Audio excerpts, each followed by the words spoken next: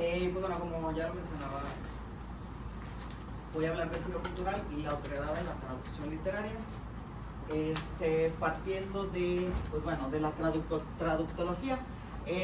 La traductología fue primeramente un enfoque puramente lingüístico, y a partir de los años 90, con el giro cultural, comienza a contemplar, pues, dentro del proceso de traducción, la cultura, cultura, política e ideología.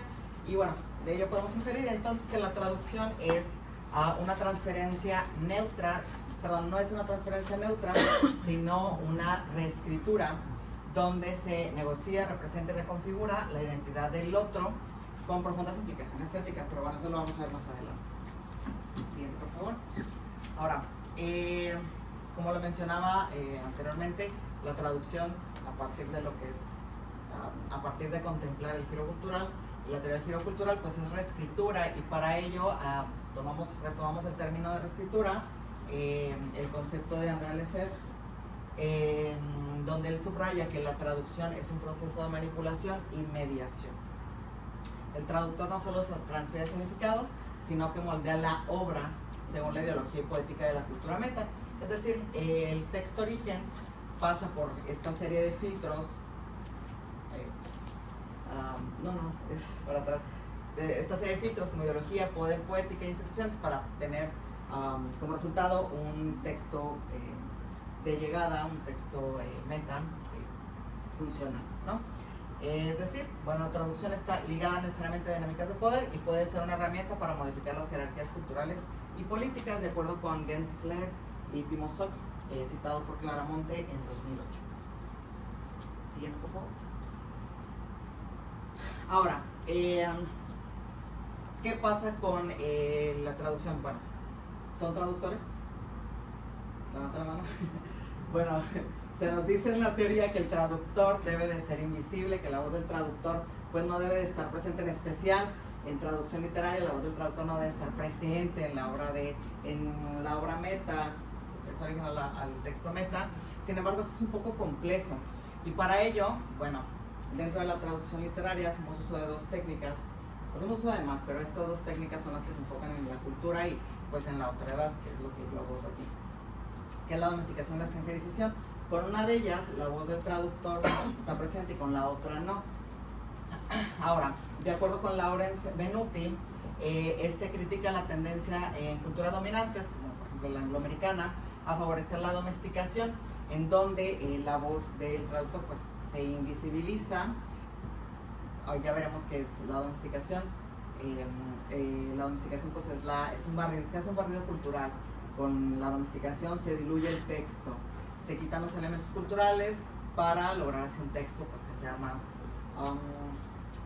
idiomático, que sea más funcional, que los lectores metas lo comprendan de una forma más sencilla, mientras que pues bueno, la propuesta de resistencia que tenemos a no invisibilizar la voz del traductor y no hacer este barrido cultural es la extranjerización, la cual esta estrategia o técnica conserva la identidad extranjera del texto de origen, visibilizando al traductor y forzando al lector a viajar al extranjero. Y pues bueno, aquí les pregunto, ¿la decisión de utilizar domesticación o extranjerización es una elección estilística o una postura ética? Al final no responde. Continuamos, por favor. Y bueno, ahora sí, ¿qué es la otredad? Pues la otredad es la calidad de no ser el mismo. En la crítica cultural es una construcción social que un grupo elabora para percibir a otro como distinto, lo que a su vez resalta la identidad propia, de acuerdo con Romano en 2007. ¿Cómo afecta la otredad en la traducción? Pues bueno, principalmente es un desafío que el traductor debe, ya que el traductor debe decidir cómo abordar la heterogeneidad cultural. La traducción se convierte en una transgresión identitaria, donde la materia del texto original muta y el traductor, pues bueno, pasa a ser de traductor a un agente activo que puede perpetuar estereotipos al domesticar o desafiarlos al extranjerizar. ¿Ok? Y continuamos. Ahora, estos dos subcampos críticos son los que abordo en mi investigación. El postcolonialismo, en donde los estudios de traducción postcolonial analizan la traducción en el contexto de las relaciones de poder asimétricas, entre colonizador y colonizado. Y de acuerdo con Gayatri Spivak, él acuña el término de violencia epistémica para describir la supresión de la subjetividad del subalterno, y propone que la traducción debe ser un acto de entrega al texto del otro, no de apropiación, que bueno, luego es lo que sucede con la traducción literaria. Y el otro campo es la traductología feminista, en donde se argumenta que la mujer ha sido construida históricamente como lo otro frente al hombre como lo universal. Y bueno, se busca visibilizar a las traductoras y subvertir el androcentrismo del lenguaje mediante prácticas de traducción conscientes. La lucha contra el silencio de las mujeres es análoga a la resistencia contra el borrado de la voz del subalterno.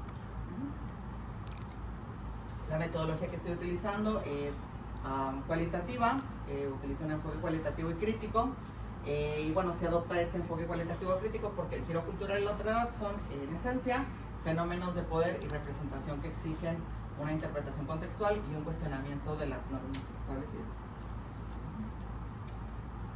Ok, como lo mencionaba, la metodología es el análisis comparativo crítico y trabajo el caso de estudio, ya que me permite conectar la teoría abstracta del giro cultural con la práctica observable de la traducción, es decir, del texto original meta me permite contestar las preguntas: ¿qué cambió? ¿Por qué cambió? ¿Y a quién beneficia este cambio?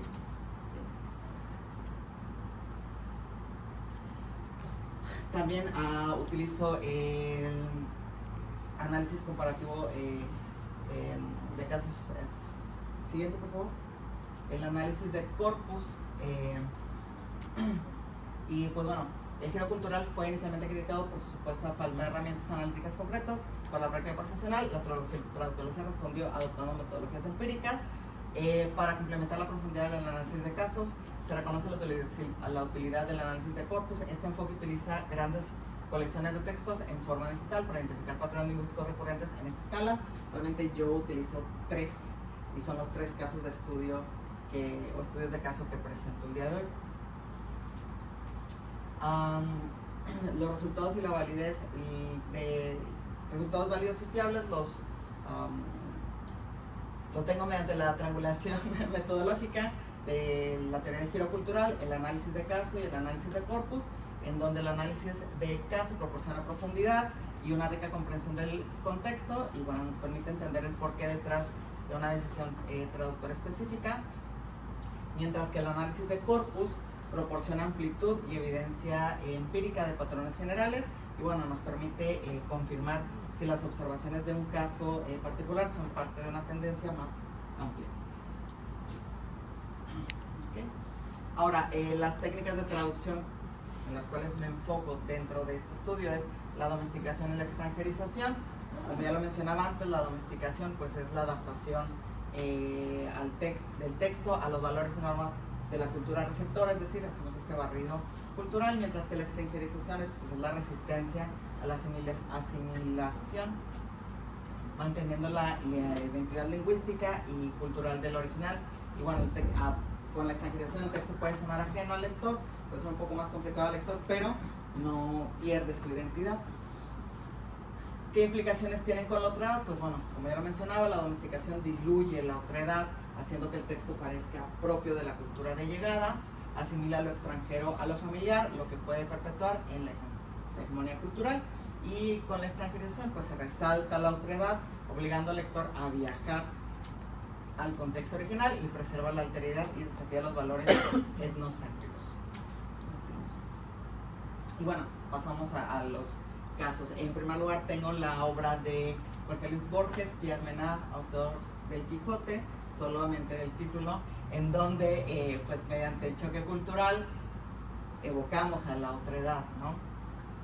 Porque bueno, en primer lugar tenemos Pierre Menard, que nos evoca el universo de la cultura de Francia, francesa, y en segundo punto tenemos el Quijote, que nos evoca a la literatura del siglo de oro de España, un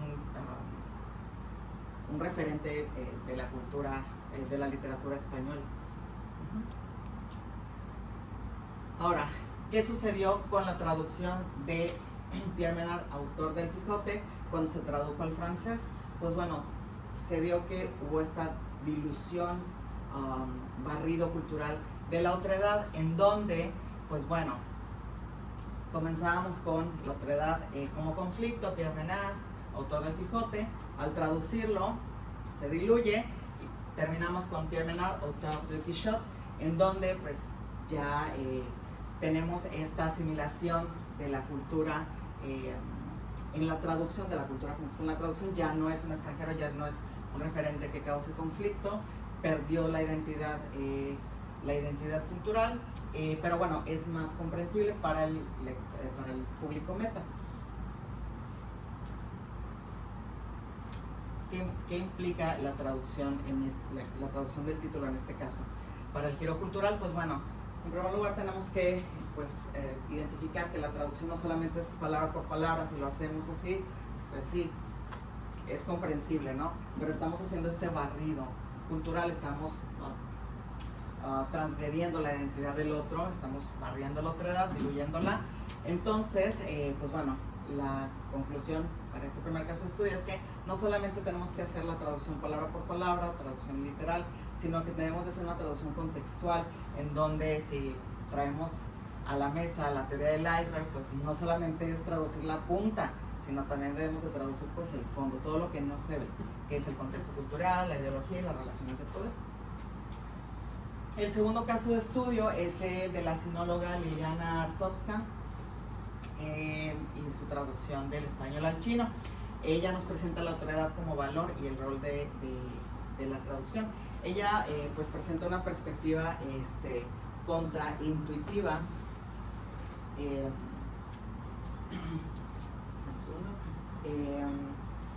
ya que ella no ve la otredad como un obstáculo, sino como una manera de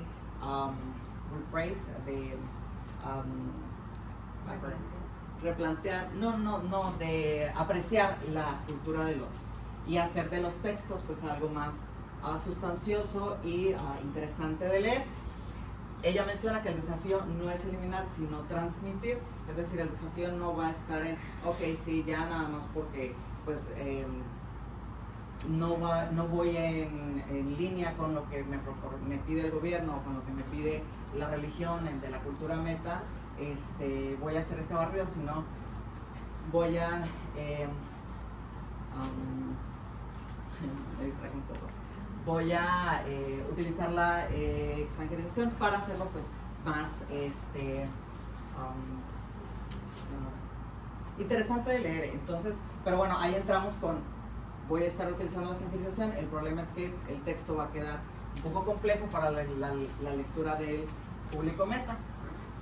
Y aquí es donde entra el traductor como un agente activo, el cual tiene que mediar entre qué tanto domestico y qué tanto extranjerizo, para que no haya esta pérdida de la otredad en la traducción literaria. Y bueno, ella presenta el término de extranjerización creativa, el cual es un punto medio entre la domesticación y la extranjerización pura. Y el ejemplo que nos pone es el término Huangxi del Qin mandarín, en donde si nos vamos solamente por la domesticación, lo traducimos por red de contactos. Sin embargo, si hacemos uso de su técnica, de lo que ella propone, que es la extranjerización creativa, vamos a dejar el término Huangxi transliterado en pinyin, sin los acentos, solamente en pinyin, en letra cursiva, más una nota al pie explicando qué es este término. Puede ser la traducción, por ejemplo, red de contactos, la primera vez que aparezca, y de este modo el lector, para el lector ya no va a tener este barrido de la cultura china, va a seguir siendo interesante porque va a presentar pues esta exoticidad, ¿no? Pero como ya lo va a ver al inicio, de acuerdo a lo que Liliana menciona, pues ya va a tener una idea de lo que es Huangxi. Las veces subsecuentes que lo esté viendo, pues va a saber de qué se habla en el texto. Entonces, más allá el trabajo de Arzovska ilustra perfectamente la superación del debate sobre la fidelidad del texto. Su responsabilidad no es con la palabra, sino con la transmisión de una esencia cultural y lingüística. El traductor debe de equilibrar esta lealtad al original con las necesidades del lector de llegada, sin sacrificar la identidad del texto origen, de la cultura origen. Para atrás. Y pues bueno, ella nos menciona que la subjetividad, lejos de ser un obstáculo, debemos de hacer uso de ella de forma ventajosa como una herramienta que nos va a ayudar a lograr mantener la otredad. Siguiente. Y el tercer caso de estudio es la representación de la otredad en discursos de poder, y para ello hablo del orientalismo, el cual, pues de acuerdo a Venier, es el proceso mediante el cual Occidente construye una imagen de Oriente que es exótica, inferior y subyugada. Y bueno, tenemos como ejemplo la pintura de Jean Gérôme, es francés y es una pintura sobre la India. ¿Qué podemos ver en la pintura? Pues bueno, estereotipos de la India, la piel del tigre, el turbante, las calles grises, ¿no? La persona de piel morena. Y bueno, esta pintura lo que nos está representando es una fantasía, la domesticación. Y bueno, hablamos aquí de la domesticación como una herramienta para reforzar una fantasía. Siguiente. Ahora, dentro de la traducción, ¿qué prácticas tenemos de domesticación colonial? Pues bueno, en primer lugar, la mutilación de frases, y esto pues puede responder a que, por ejemplo, del texto origen al texto de llegada, en la cultura de llegada, pues el texto origen no funciona porque va en contra de la política, la religión, valores o usos y costumbres, y la sustitución por equivalentes culturales, que si bien no responde a una prohibición, se da porque no existe un equivalente directo, porque es un término muy arraigado a la cultura de origen y no tiene un término igual o lo suficientemente parecido en la cultura de llegada. Y el ejemplo que manejo es el de Faná, de la religión sufista, el cual es la aniquilación del yo en la unidad divina. Este término tiende a traducirse como éxtasis celestial o unión mística. Sin embargo, estas traducciones parten de la cosmogonía católica.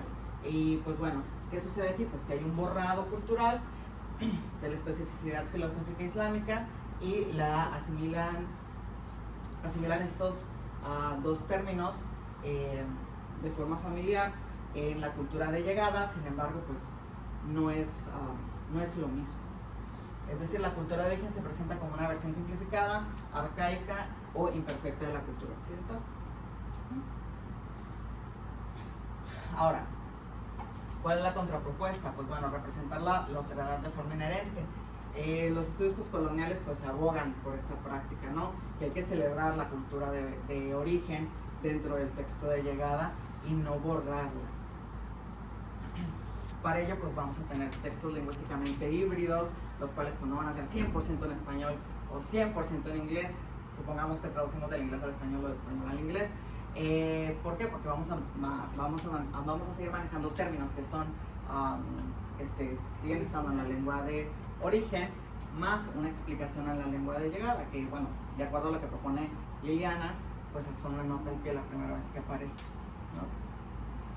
También, pues bueno, utilizar la localización como estrategia.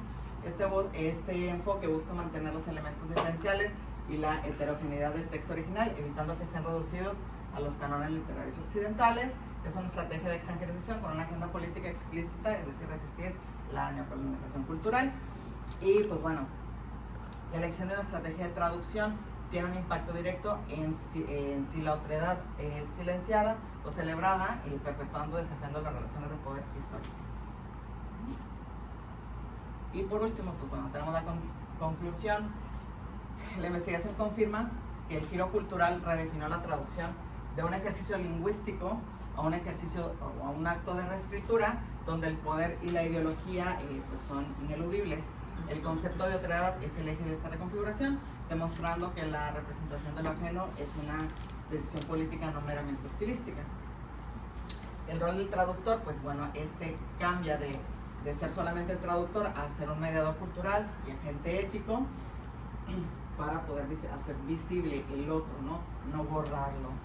Y pues bueno, algunos horizontes futuros, pues la relevancia de este enfoque crítico se extiende a nuevos desafíos como la traducción por IA, los videojuegos y las identidades no binarias, ya que estos campos emergentes pues bueno, exigen hoy más que nunca una conciencia ética sobre cómo se gestiona y representa la otredad en un mundo pues interconectado. y pues sería todo. Muchas gracias.